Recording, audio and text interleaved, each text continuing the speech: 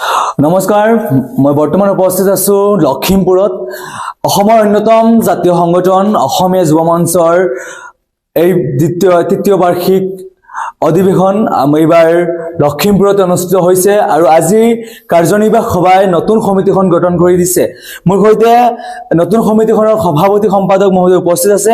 মই তেখেতৰ পৰা জানিবলৈ চেষ্টা কৰিম। মোৰ সৈতে উপস্থিত আছে আমাৰ নতুন অসমীয়া যুৱ মঞ্চৰ নতুন সভাপতি যাদৱ গগৈ ডাঙৰীয়া। মই তেখেতক অভিনন্দন জ্ঞাপন কৰিছো। আৰু দাদা, বৰ্তমান আকৌ আপুনি এই দায়িত্ব লাভ কৰিছে, আকৌ সভাপতিৰ দায়িত্ব লাভ কৰিছে, আপুনি কি ক'ব? সঁচাকৈ মই যেহেতু আজি যি মোৰ দায়িত্ব দায়িত্ব গ্ৰহণ দিছে আমাৰ যিহেতু জিলাসকলে সকলো কেন্দ্ৰীয় সমিতিৰ বিষয়ববীয়াসকলে, যে মই ভাবিছো যে অনাগত দিনত নিজৰ জাতিটোৰ কাৰণে, অসমীয়া জাতিটোৰ কাৰণে আমি বলিষ্ঠ কণ্ঠৰে মাত মাতিম। আৰু যিখন চৰকাৰে যি হিন্দু মুছলিমৰ যি ভাগ কৰিব বিচাৰিছে, এই ক্ষেত্ৰত আমি অসমীয়া যুৱ মঞ্চই আজি আপোনালোকে জানে আমাৰ এজন উপদেষ্টা হিচাপে আমি ৰাখিছো আমাৰ মুছলমান সম্প্ৰদায়ৰ এজন মানুহ আমি উপদেষ্টা হিচাপে ৰাখিছো। আৰু অনাগত দিনত আমি এইটোৱে প্ৰমাণ কৰিব বিচাৰিছো যে চৰকাৰখনক, যে তেওঁলোকে যি হিন্দু মুছলমানৰ যি তেওঁলোকে ভাগ কৰিব বিচাৰিছে, যি অসমৰ সম্প্ৰীতি সমন্বয় যি বাৰ্তাটো তেওঁলোকে থান বান কৰিব বিচাৰিছে, এই ক্ষেত্ৰত কিন্তু অসমীয়া যুৱ মঞ্চই এই যি সমন্বয় বাৰ্তাটো আমি ঘূৰাই অনাৰ কাৰণে প্ৰচেষ্টা কৰিছো। আৰু অনাগত দিনতো অসমীয়া যুৱ মঞ্চই যি ৰাইজৰ সমস্যা বা জ্বলন্ত সমস্যাৰ ক্ষেত্ৰত আমি বলিষ্ঠ কণ্ঠই মাত মাতি যাম বুলি আজি আমি গৃহ প্ৰতিজ্ঞাবদ্ধ হৈছো। আৰু অনাগত দিনত আমি ৰাইজৰ আশীৰ্বাদ বিচাৰিছো, ৰাইজৰ সহযোগিতা বিচাৰিছো। বৰ্তমান আমাৰ বিজেপি চৰকাৰখনে অসমত যি কৰিছে, সকলো বস্তুখিনি বিক্ৰী কৰি দি আছে, এই বিষয়ে আপুনি কি ক'ব? নিশ্চয় এই ক্ষেত্ৰত আমি অসমীয়া যুৱ মঞ্চৰ বিভিন্ন আন্দোলন কৰিছো। যিহেতু আমাৰ যিবিলাক সম্পদ আছে, আজি দেখিছে আপোনাৰ তেল লৈ গুচি গ'ল, চাহপাত লৈ গুচি গৈছে, কয়লা লৈ গৈছে, চব সম্পদ আমাৰ অসমৰ পৰা লৈ গুচি গৈছে। এই ক্ষেত্ৰত আমি অনাগত দিনত 24 চনৰ আমি নিৰ্বাচনত, লোকসভা নিৰ্বাচনত ৰাইজে সেই ক্ষেত্ৰত প্ৰত্যুত্তৰ দিব। যিহেতু যিখিনি অসুবিধা, যি আমাৰ সম্পদ তেওঁলোকে বিক্ৰী কৰিছে, যি সম্পদ বন্ধ কৰিছে, এই ক্ষেত্ৰত কিন্তু 24ত বিজেপি চৰকাৰে এই প্ৰত্যুত্তৰ ৰাইজৰ পৰা পাব। মই ধন্যবাদ জ্ঞাপন কৰিছো। আমাৰ সৈতে আছে বৰ্তমান সাধাৰণ সম্পাদক মহোদয়, আমি তেখেতক ধন্যবাদ জ্ঞাপন কৰিছো আৰু অভিনন্দন জ্ঞাপন কৰিছো তেখেতক। ধন্যবাদ। আৰু মই তেখেতৰ পৰা জানিব বিচাৰিম যে তেখেতে আকৌ প্ৰতিনিধি সভাই তেখেতক আকৌ সাধাৰণ সম্পাদকৰ দায়িত্ব অৰ্পণ কৰিছে, তেখেতে কি ক'ব এই বিষয়ে? প্ৰথম কথাটো হ'ল অসমীয়া যুৱ মঞ্চৰ সমূহ জিলা সমিতিৰ বিষয়ববীয়া আৰু কেন্দ্ৰীয় সমিতিৰ বিষয়ববীয়াক আন্তৰিক ধন্যবাদ জনাইছো। এটা কথা স্পষ্ট, অসমীয়া যুৱ মঞ্চৰ কেন্দ্ৰীয় অধিৱেশন লখিমপুৰত হৈছে। আপোনালোকে জানে যে লখিমপুৰ যে এটা সুনামো আছে, এটা দুৰ্নামো আছে। লখিমপুৰ এতিয়া কিহৰ বাবে বিখ্যাত? আপোনাৰ লখিমপুৰ অলপ দিনৰ আগত বিখ্যাত হৈ গৈছিলে নকল সোণ নকল টকাৰ বাবে। তো এতিয়া আমি অসমীয়া যুৱ মঞ্চৰ নতুন কমিটিয়ে আমি 2024 চন নতুন কমিটি, নতুন বছৰ, উদ্যম, যুৱ প্ৰজন্মক লৈ তো আমি আগবাঢ়িম। প্ৰথম কথা হ'ল বৰ্তমান যি নকল সোণ নকল টকাৰ লখিমপুৰ এটা দুৰ্নাম আছে ন, সেই দুৰ্নামটো আমি পুলিয়ে পোখাই উঘালি শেষ কৰিম। এই ক্ষেত্ৰত কিন্তু যিদৰে আপোনাৰ আৰক্ষী বিভাগে হওক, মুখ্যমন্ত্ৰীয়ে হওক, আপোনাৰ যিদৰে পদক্ষেপ লৈছে, পদক্ষেপ নললে। আৰু এটা কথা, বৰ্তমান সমাজ নষ্ট হোৱাৰ বৰ্তমান মূল কাৰণটো হৈছে, মই বাস্তৱ জীৱনত দেখিছো যে ড্ৰাগছটো এতিয়া কি হৈ গৈছে, আপোনাৰ সুলভ মূল্যৰ দোকানত যেনেকে চাউল দালি পায়, তেনেকে গাঁৱে ভূঞে এতিয়া ড্ৰাগছ পায়। অসমীয়া যুৱ মঞ্চৰ প্ৰথম 24 চনৰ প্ৰথম আমি কাৰ্যনিৰ্বাহক আমি সিদ্ধান্ত ল'ম যে আমি ড্ৰাগছৰ বিৰুদ্ধে এনেকুৱা এটা আন্দোলন কৰিম যাতে অসমত ইতিহাসত এনেকুৱা আন্দোলন হোৱা নাছিলে। ড্ৰাগছ মুক্ত অসম বিচাৰো, কাৰণ ড্ৰাগছে আপোনাৰ যিসকলৰ ঘৰত এজন ড্ৰাগছ এডিক্টেড আপোনাৰ থাকে, তেওঁলোকেহে জানে যে সেই ঘৰখনত কেনেকুৱা অশান্তিৰ পৰিৱেশ সৃষ্টি হয়। আৰু এটা কথা চাওক, আজি লখিমপুৰ, ধেমাজি, মাজুলী NSPCৰ পৰা কিন্তু আপোনাৰ NSPC এটা মৰণ ফাণ্ড, সেই মৰণ ফাণ্ডৰ কিন্তু আজি ভৱিষ্যত আজি নিৰাপত্তা নাই। তো আমি লখিমপুৰ, ধেমাজি, মাজুলীক বচাবৰ কাৰণে NSPCৰ বিৰুদ্ধে এটা এনেকুৱা গণতান্ত্ৰিক আন্দোলন হ'ব, ৰাইজক আমি সজাগ কৰিব চেষ্টা কৰিম। আৰু এই আন্দোলন কোনো পৰ্যায়ত থমকি নহ'ব। প্ৰয়োজন হ'লে অসমীয়া ডেকাই টেষ্ট দিব, কিন্তু এই NSPCৰ বিৰুদ্ধে আন্দোলন আমাৰ চলি যাব। দেখা গৈছে এতিয়া আপোনালোকে দেখিয়ে থাকে নিউজত যে পানী বাঢ়িলে আপোনাৰ কি হয়, সোৱণশিৰিত পাহাৰ খহি যায়, শ্ৰমিক মৰে, আপোনাৰ নদী কাষৰ মানুহ কষ্ট হয়, সোৱণশিৰি শুকাই যায়। এইবোৰ কিন্তু আমি চকুমুদা কুলিৰ ভাও ধৰি থাকিব নোৱাৰো। আৰু ৰাইজেই ৰজা পাতে, ৰাইজেই ৰজা ভাঙে। আৰু বৰ্তমান চৰকাৰখনে, বিজেপি চৰকাৰখনে যি হিতকাৰী শাসন চলাইছে, ইয়াৰ প্ৰত্যুত্তৰ তেওঁলোকে আপোনাৰ 2024 ইলেকশ্যন পাব বুলি আমি আশা ৰাখিছো। নিশ্চয়কৈ ক'ব লাগিব। আৰু এটা বিষয়ে মই প্ৰশ্ন কৰিব বিচাৰিছোঁ, জোনমণি ৰাভাৰ বিষয়ে অসমীয়া যুৱ মঞ্চই দীৰ্ঘদিন ধৰি প্ৰতিবাদ কৰি আহিছে, এতিয়ালৈকে কিন্তু জোনমণি ৰাভাৰ পৰিয়ালে ন্যায় পোৱা নাই। এই বিষয়ে কি ক'ব? অসমীয়া যুৱ মঞ্চৰ নতুন সমিতিখনে আকৌ প্ৰতিবাদ কৰিবনে? কেনেকুৱা প্ৰতিবাদ কৰিব? আকৌ ৰাজপথলৈ ওলাই আহিবনে? চাওক, জোনমণি ৰাভাৰ ন্যায়ৰ বিৰুদ্ধে আমি মাত মাতি আহিছিলো, মাত মাতি যাম। কিন্তু আমাক এতিয়া কি কৈছে, আৰক্ষী প্ৰশাসনে আমাক জনাই যে যেতিয়া আমি প্ৰতিবাদ কৰো যে CBI ইনকুৱাৰী চলি আছে। কিন্তু এটা কথা চাওক, অসমীয়া যুৱ মঞ্চৰ বিষয়ববীয়াসকল এনেকুৱা নহয় যে কণা সাহস পতান দিয়া নিচিনা আমাক বৰ্তমান অসম চৰকাৰে আৰু অসম আৰক্ষী বিভাগে ভাবিছে নেকি কণা সাহস পতান নিচিনাকে CBI ইনকুৱাৰী এটা দি দিলে থৈ দিছে। আমি কি সৰু লোৱা নে? ইয়াক কোনোপধ্যে সহ্য কৰা নহয়। চাওক, অসমৰ এজনী সাহসী আপোনাৰ মহিলা, য'ত দেখা যায় বিজেপি চৰকাৰে কয় যে মহিলাক আপোনাৰ আগস্থান দিয়া হয়, বেটি বচাও বেটি পঢ়াও, আৰু সেই একদম দক্ষ আপোনাৰ আৰক্ষী বিষয়া মাৰি দিলে। তাত আৰু দ্বিতীয়তে মই ক'ব লাগিব যে জোনমণি ৰাভা তেখেত নিজেও এজন আৰক্ষী বিষয়া। এই বিষয়ে ক'ব, কাৰণ নিজে আৰক্ষীকে সুৰক্ষা দিব নোৱাৰে, কেনেকৈ অসমৰ জনতাক বা চিটিজেনছক সুৰক্ষা কৰিব? এই বিষয়ে কি ক'ব? এইটো হৈছে অসম আৰক্ষী আৰু অসম চৰকাৰৰ যি গৃহ বিভাগৰ ফোপলা চবটো ওলাই গৈছে না।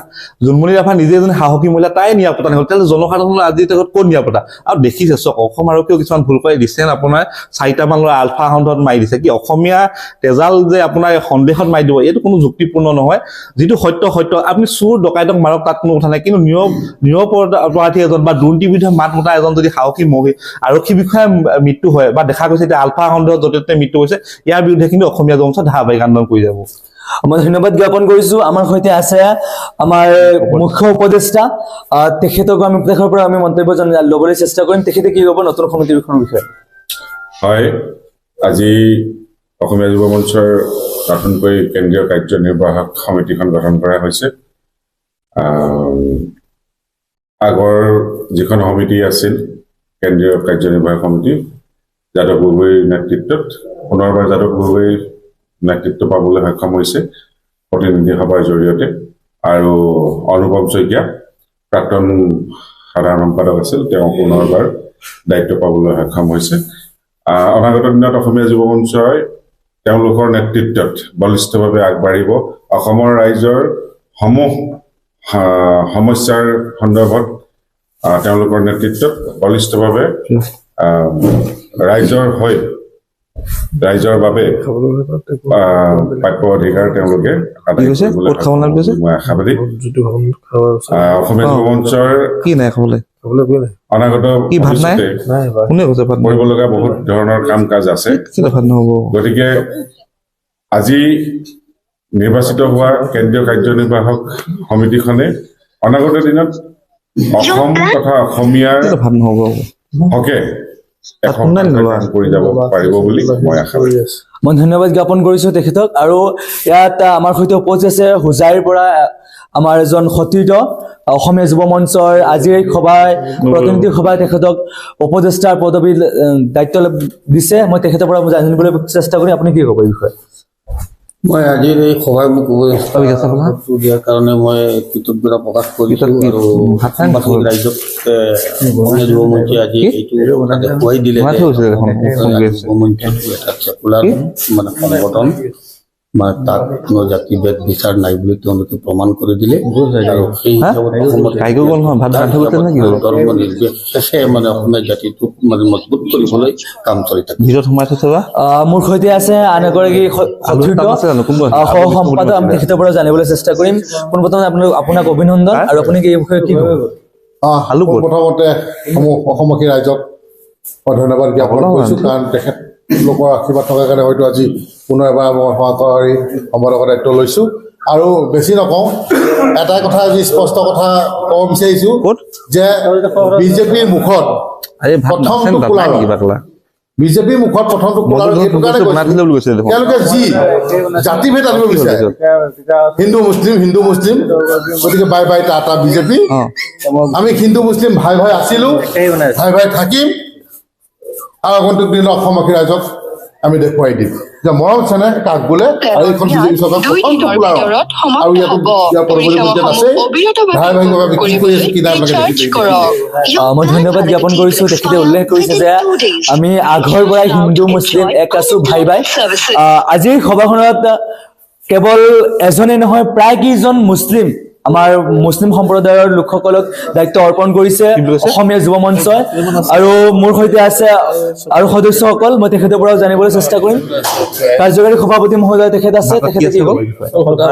মই পোনপ্ৰথমতে অসমীয়া যুৱ মঞ্চৰ আমাৰ সভাপতি মহোদয় যাদৱক ধন্যবাদ জনাইছোঁ আৰু সম্পাদক অনুপম আমাৰ ভাইজন আমাৰ সংগঠনৰ মানে আহিছে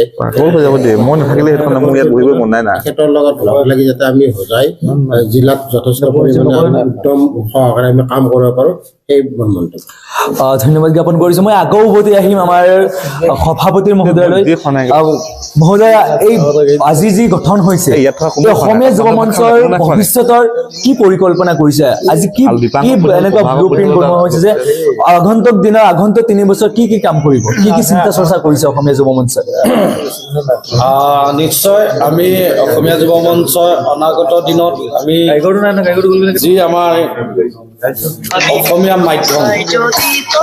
মাধ্যম শৈক্ষিক দিশত যি অসমীয়া মাধ্যম চৰকাৰখনে বন্ধ কৰিব বিচাৰিছে আৰু ইংৰাজী মাধ্যমক ৰঙা দলিচা পাৰি দিছে এই ক্ষেত্ৰত কিন্তু অসমীয়া যুৱ মঞ্চই আন্দোলন হ'ব যিহেতু অসমত অসমীয়া মাধ্যম থাকিবই লাগিব আৰু চৰকাৰে যি শিক্ষামন্ত্ৰীগৰাকীয়ে যি ভূমিকা য'ত ইংৰাজী মাধ্যমৰ ৰঙা দলিচা পাই তেওঁ গোটেই অসমখন ইংৰাজী বিদ্যালয় খুলিব বিচাৰিছে এই ক্ষেত্ৰত কিন্তু অসমীয়া যুৱ মঞ্চই কেতিয়াও মানি নলওঁ অনাগত দিনত আমি আন্দোলন কাৰ্যসূচী লোৱা হ'ব আৰু লগতে আমি যেহেতু আপোনালোকে জানে অসমীয়া জাতিটো প্ৰত্যেকটো ক্ষেত্ৰতে আজি মূল্য বৃদ্ধিয়ে হওক বা বিভিন্ন ক্ষেত্ৰতে আজি অসমীয়া জাতিটো মানে হাৰাশাস্তি হৈছে এই ক্ষেত্ৰত আমি অনাগত দিনত কাৰ্যনিৰ্বাহ সভাত আমি এটা সিদ্ধান্ত গ্ৰহণ কৰা হ'ব যে অসমীয়া জাতিৰ নিজৰ প্ৰাপ্যৰ লগত অসমীয়া জাতিৰ যি অত্যাচাৰ চলাইছে চৰকাৰখনে বিজেপি চৰকাৰখনে এই ক্ষেত্ৰত কিন্তু অসমীয়া যুৱ মঞ্চই